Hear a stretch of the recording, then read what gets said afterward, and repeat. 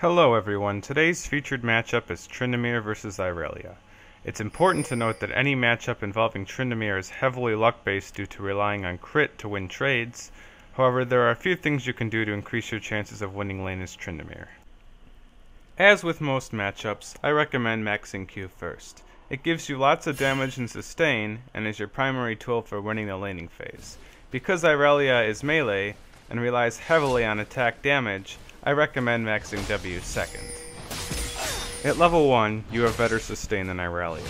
While she may outdamage you in trades initially if she starts E, your Consume Fury should provide enough sustain that she falls behind in health.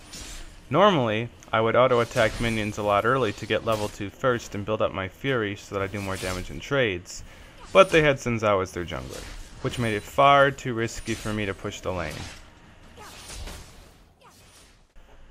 When all-inning against Irelia, it's important to have your rage built up beforehand to maximize your chances of crit. It's also important to hold on to your rage as long as possible for two reasons. The first is that Tryndamere does more damage the lower his health gets. Not only do you need the rage for crit, but you keeping your health low for a longer period of time gives you more damage. The second is that Irelia's E will stun if you have more health than her, so it's good to wait so that she can't stun you. You need to time it right so that she can't burst you down if you wait too long, but not too early that you miss out on damage or get stunned. Once you reach mid-game, you can't trade well against Irelia anymore unless you're ahead. She not only gets powerful sustain from her W, but she also likely built a Vamp Scepter and a Warden's Mail or Ninja Tabi to stop you. At this point, you should try to farm the best you can and wait for jungler ganks the remainder of the laning phase. If she attempts to roam, you're an extremely fast pusher that can punish her for leaving lane. What you should do mid-game depends on how your team is doing.